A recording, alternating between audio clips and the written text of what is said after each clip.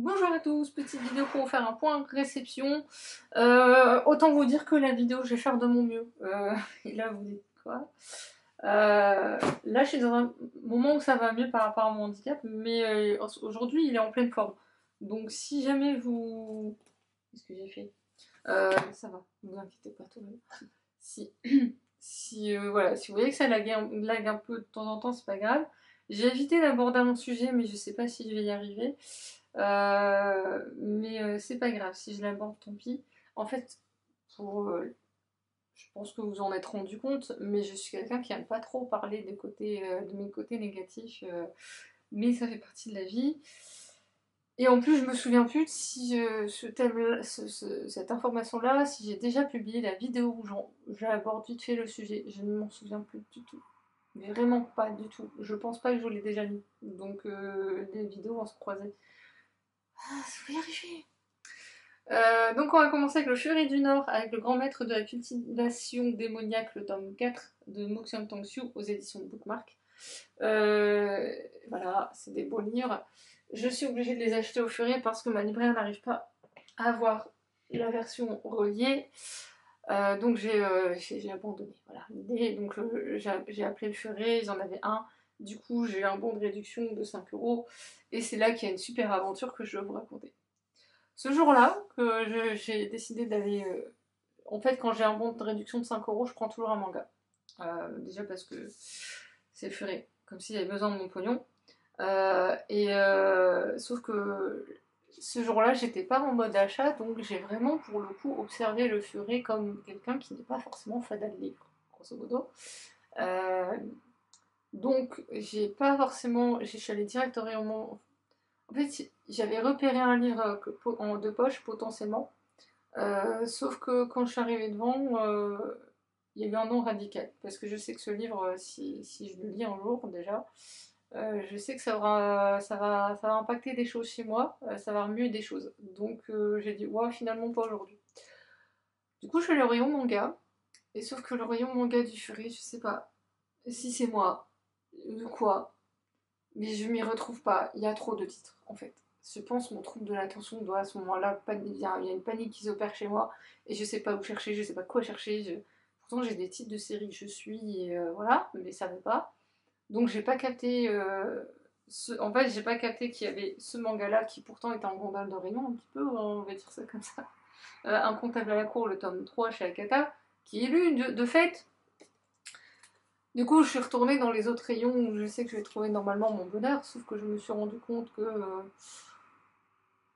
déjà j'étais pas dans un mood pour acheter, il faut dire ce qui est, et en imaginaire adulte, il n'y a que les mêmes maisons d'édition, les grosses maisons d'édition, que les deux Saxu, que de la romantasy essentiellement, je dis bien essentiellement, il n'y avait pas que ça. Maintenant ils mettent l'imaginaire asiatique parce que c'est ce qui fonctionne de fou, soyons honnêtes. Mais il n'y en a pas beaucoup, ils mettent que quelques exemplaires. Ils vont mettre la blinde pour des reliés, mais pour les autres, ils vont pas en mettre beaucoup. Du coup, je suis partie en jeunesse, young adulte, et en jeunesse, young adulte, pareil, c'était vide. Les gondoles de. Enfin, il y avait un porton carrément furé qui était totalement vide. Où normalement, c'est là où ils mettent les gros titres à vendre. J'ai pas trop compris. Si encore il y avait des personnels qui étaient en train de mettre en rayon, j'aurais dit oui, bah c'est en cours, c'est déjà arrivé. Hein. Ben non, non. Euh, le rayon tourisme, enfin le rayon voyage par exemple, je voulais y aller parce que m'étaient dit saison allée sur la Thaïlande, je le prendrais bien. Et non, ils avaient que la Corée, le Japon et 2 livres de chaque. Ça se résume à ça. Est-ce que je dois rire ou pleurer, je sais pas. Grosso modo, les petits éditeurs n'existent pas là-bas. Donc sincèrement, je vous le dis, si vous voulez trouver des gros... ces petites pépites qu'on ne trouve pas dans les gros centres culturels comme Furet ou Fnac. Fnac, je sais pas trop, j'en ai pas par chez moi. Mais si vous voulez vraiment aller en librairie indépendante, je vais vous le prouver après. Mais du coup, j'ai fini par trouver ça aussi. Sasaki Miyano, le tome 4 de Showa Hosono aux éditions Kata. Ça, c'est une fois que j'ai vraiment ouvert les yeux et regardé vraiment tout en bas du rayon parce qu'il était vraiment planqué. Alors que moi, je voulais prendre la suite des Chéris Magiques à la base, mais ils n'avaient pas, donc tant pis pour eux. Voilà. Ensuite, on va passer à ma libraire, The Best. Si tu regardes, je te fais des gros bisous. Enfin, elle regarde au pluriel, puisqu'elles sont deux quand même. Les carnets de l'apothicaire, le tome 4 aux éditions Kiyun, qui est lu. Hashtag DRCL, le tome 4. Je dis 4 ou 14 avant. Je ne sais plus. C'est pas grave. Le tome 4 de hashtag DRCL chez Kiyun aussi. Je précise pour hashtag DRCL, âme sensible, s'abstenir, plus, surtout sur ce tome 4. Les autres sont déjà, voilà, mais celui-là, j'avoue je dis pas que j'allais vomir, mais à un moment donné, mais je en reparlerai intérieurement. Je sais pas comment ce mangaka arrive à mêler horreur et élégance dans ses dessins. La couverture est un très bon exemple, mais ça vous donne une idée. Mais c'est incroyable. Et d'ailleurs, s'il y a quelqu'un qui lit ce manga, qui connaît, qui a lu le roman Dracula d'origine, s'il peut me dire si c'est juste inspiré ou si c'est vraiment qui respecte l'histoire. J'ai l'impression que c'est inspiré plutôt, mais s'il y en a qui peuvent me le dire, je suis preneuse. Je suis allée chez ma libraire notamment, je dis bien notamment parce que j'y vais plusieurs fois. Je dis pas que j'y vais toutes les semaines, mais presque. Il y avait une rencontre littéraire avec Beata Mubieyi-Mires, une grande autrice qui est une rescapée du génocide du Rwanda. Restez là hein, parce que j'ai pas acheté des livres qui parlent de ça. Même si le livre que j'ai acheté l'évoque, mais ça peut toucher plein de gens. Qui s'appelle Culbuter le malheur aux éditions Mémoire d'Encrier.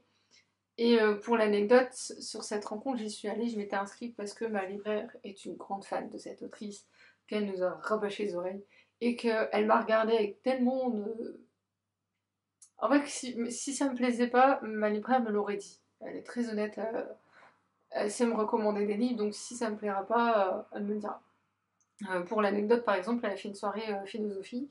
Je savais pas trop, j'étais pas trop décidée, parce que pour info, je l'ai dit dans une autre vidéo que j'ai peut-être pas encore publiée, j'ai perdu un proche et que la philosophie, ça dépend. Et du coup, elle m'a dit, je te conseille pas de venir vu les thèmes qui seront abordés parce que forcément qu'on va parler de ça, vu la branche philosophique qui a été choisie. Donc j'y suis pas allée.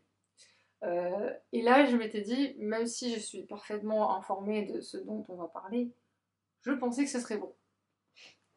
Sauf que j'ai oublié que ma libraire, elle fait lire les auteurs avant, ou elle lit elle-même. Et là, elle a fait lire le prologue où elle, pour les 30 ans, qu'elle a écrit, que l'autrice a écrit pour les 30 ans du génocide. Et bref, je vous laisse voilà, imaginer mes réactions. J'ai réussi à rester silencieuse, mais voilà, heureusement j'étais à côté de personnes qui me connaissent personnellement, donc ça va. Et j'ai déjà lu le recueil. Pour information, vous voyez les petits voilà, post-it. Je vous montre pas la dédicace parce que évidemment qu'elle est personnalisée du fait. Mais je vous recommande. Franchement, je vous recommande le poème parce que ça vous permet de comprendre au niveau des émotions et des ressentis. J'en parlerai ultérieurement dans une autre vidéo, je vous rassure.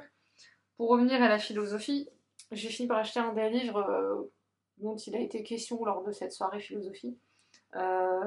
Pensée pour moi-même de Marc Aurèle aux éditions. Ouais, très bonne question, c'est pas marqué en toutes lettres. Le diffuseur, c'est. Ah non, oui, c'est bien les belles lettres. Il est pas cher comme livre. Très sincèrement, il est pas cher, c'est pour ça que je l'ai pris. Qui est pas lu, autant pour moi. J'avais dit en fait à ma libraire, je te prendrai les livres plus tard parce que financièrement, je voulais faire vraiment très attention. Donc elle les a mis en rayon en disant, jour elle voudra, grosso modo. Donc là, j'ai craqué. Je me dis, quitte à ce qu'on soit dans la thématique, j'ai pris une page au pif et ça m'a tellement parlé que j'ai dit, ok. Second souffle de Arthur Canuch aux éditions Bruno Doucet, il fallait bien. J'ai pris quelques pages au pif et j'ai dit, je le sens plutôt bien celui-là, donc pareil. Panorama de Lilia Hassen aux éditions Folio, j'avais beaucoup aimé ses précédents livres, il en manque un, il me semble, d'elle. Mais celui-là, il m'a interpellée vraiment, donc j'ai pas trop hésité non plus. Je lui ai commandé la mythologie coréenne aux éditions Atelier des Cahiers de Laurent Kizefit. Je sais pas comment ça se dit, excusez-moi. S'il passe par là, je suis navrée pour le. N'hésitez pas à me corriger. Tout en restant respectueux, évidemment. Et j'étais très étonnée, l'atelier des cahiers m'a pas contacté pour me le proposer en service presse. Oh, c'est pas grave, hein. Si on me propose, tant mieux, si on me propose pas, j'achète. Hein. Je vous en reparlerai d'eux parce que justement, j'ai commandé un livre de chez eux. Et c'est là où j'ai été vraiment étonnée parce qu'en fait, c'est le dernier tome d'une saga qui est publié. Et tous les autres, je les ai eu en service presse et celui-là, ils ne l'ont pas proposé. Mais je sais qu'ils l'ont proposé à d'autres. J'ai ma petite idée du pourquoi ils ne l'ont pas proposé. Soit ils m'ont oublié. J'ai une deuxième option du pourquoi qu'est-ce. Si c'est la deuxième option, et bah tant pis, je fais ce que je veux. Voilà. Ensuite, Les Ombres de Willow Sword de Estelle Faye aux éditions Rajo. C'est magnifique, c'est beau. J'aime. Euh, Honnêtement, la couverture m'a appelé. Estelle Faye, ça dépend avec moi. Mais le résumé, j'ai dit oui, oui, ça va le faire. Par contre, je m'attendais pas à un livre aussi épais. Plus de 500 pages, quoi. C'est très très très beau, franchement. Je sais pas quand je le lirai, il est proposé pour la lecture commune du mois de mars du groupe littéraire classique. Toujours confondu, tout payé aussi, parce que je fais partie de deux. Mais il y en a un que je gère pas du tout. Et celui-là, il proposait. J'ai aussi acheté, celui-là ne va surprendre personne, Les Sabres de Neige de Salomé Han aux éditions Albin Michel Imaginaire. Et les deux autres sont déjà indiqués en quatrième de couve. Ça, j'aime quand les éditeurs nous disent clairement on publiera le reste. Parce que il y en a où je me méfie profondément. Et c'est tellement beau. Je sais pas si je vais réussir à vous montrer. Je sais qu'il y a d'autres endroits où il y a des illustrations normalement, voilà. C'est tellement beau. Et j'ai commencé à lire la première page juste comme ça le jour J parce que j'étais tellement, mais je le voulais tellement ce livre. Et je me dis, ils sont tellement beaux. Voilà. C'est le suivant, Une âme de cendre et de sang de Jennifer Armentrout aux éditions de Saxu. C'est, je crois, me souvenir, parce que j'ai une très mauvaise mémoire, vous le savez. Un jour, j'y arriverai. Un jour, je suivrai. Il me semble que c'est le tome 5, le fameux tome 5 que je croyais acheter la dernière fois. Et ben non, c'est celui-là, il me semble. Je vais vérifier du coup par acquis de conscience, parce que bon, ce serait bête de vous dire une grosse bêtise. Ou au pire, je vous laisserai vérifier. Non, c'est pas bien. Oui, c'est le cinquième tome, parce qu'au lieu de l'écrire en grand au début, ils l'écrivent en tout petit, ici. Voilà. Voilà. C'est ça le défaut de cette maison d'édition. C'est pas mettre ce petit un ou 2 ou 3 ou 4 ou 5. Là, de ma place, je vois les livres de Saxugier, c'est pas écrit sur le. Là non plus. Ce serait sympa pour les gens qui suivent pas trop comme moi en fait. Mais bon, qu'est-ce que vous voulez que je vous dise? Sémantique Error, le tome 1 de Jisoo Lee, aux éditions Bookmark, je vais y arriver, très beau livre. Par contre, aussi fin, ils auraient pu faire un effort sérieux parce que vu le prix, franchement, bon. Mais il est excellent. Je l'ai lu, il est excellent. C'est hyper drôle. Je vous invite vraiment à le lire si vous voulez lire quelque chose de drôle. C'est du boys love, mais franchement, c'est très soft. Franchement, c'est hyper soft. Maintenant, j'ai plus qu'à attendre le tome 2, je suis frustrée. Voilà, c'est tout ce que je dirais. Il existe la série également adaptée. Donc maintenant que j'ai lu le bouquin, j'ai été voir le début de la série, je préfère le bouquin. La série est bien faite, je reconnais, mais j'aurais préféré qu'elle respecte à la lettre les scènes. Les dialogues sont respectés à la lettre, mais j'aurais préféré qu'elle respecte tout à la lettre, parce que du coup, c'est un peu. Ça n'a pas le même impact, c'est pas aussi drôle, je trouve, dans la série. Ça reste drôle, mais pas autant que dans le bouquin. Mais bon, pareil, on peut pas tout avoir. Et le dernier, The Best. Enfin, The Best. L'un d'entre eux. The Sword of Kaigen de M.L. Wang aux éditions Calix, si je me trompe pas, oui c'est Calix. Ça fait mal à mon bras par contre. Trouble musculo-squelettique, bonjour. Il est très très beau, pareil, il a l'air extraordinaire. Avec ma Élise qui co-gère le groupe de lecture asiatique, on débat de ce qu'on va lire le mois prochain, enfin ce mois-ci du coup quand vous verrez la vidéo. Et il fait partie de la liste. Parce que je crois que c'est celui-là qu'elle a reçu ou c'est l'autre, le Saboine j'ai déjà oublié la vraie. Ellie, si tu passes par là, je suis désolée. Je vérifierai après. Donc c'est sûr, il y aura le Murakami en principe si on arrive à bien s'organiser. Et potentiellement celui-là. Je crois que c'est celui-là où on était vraiment en mode. Wow. qui nous tombe vraiment, mais vraiment. Bref, j'ai envie de lire beaucoup de choses, mais là je suis partie sur autre chose que de l'Asie, parce que j'adore l'Asie, mais je voulais retourner dans l'imaginaire pur, et avec des noms occidentaux. Voilà. Sur ce, n'hésitez pas à commenter, liker, partager, me dire ce que vous avez acheté aussi. Surtout si c'est des petites maisons d'édition, je suis très curieuse. Je vois qu'il y en a plein qui vont ouvrir là, ou qui débutent. J'ai pas trop suivi exactement. En même temps, je vous avouerai que trouver les sorties littéraires maintenant c'est compliqué. Moi, ce qui est bien, c'est que j'ai des amis qui sont libraires, donc si j'ai envie de savoir, j'envoie un message. Mais là, ce qui est bien, c'est que j'ai cru comprendre qu'au mois de mars, il y aurait là plein d'en sorties asiatiques. Ma libraire m'a prévenue, elle m'a dit fais des économies. Je l'aime d'amour, mais franchement, elle me connaît tellement bien. Pour mon compte bancaire, il l'a détesté. S'il pouvait s'exprimer, il dirait oh non.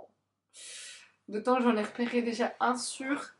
Il y en a un autre avec ma mère, on va se battre, je pense, pour savoir laquelle des deux va l'acheter. Et après, on verra. D'ailleurs, ça me fait penser, il faut que je prépare un livre pour ma mère. Elle m'a demandé de me ramener un bouquin. Mais ça va d'aller, on va y arriver. Sur ce, n'hésitez pas, comme je l'ai déjà dit, mais je vais pas me répéter. Prenez soin de vous, surtout. Et dites à vos proches que vous les aimez. Et je vous dis à la prochaine. Salut!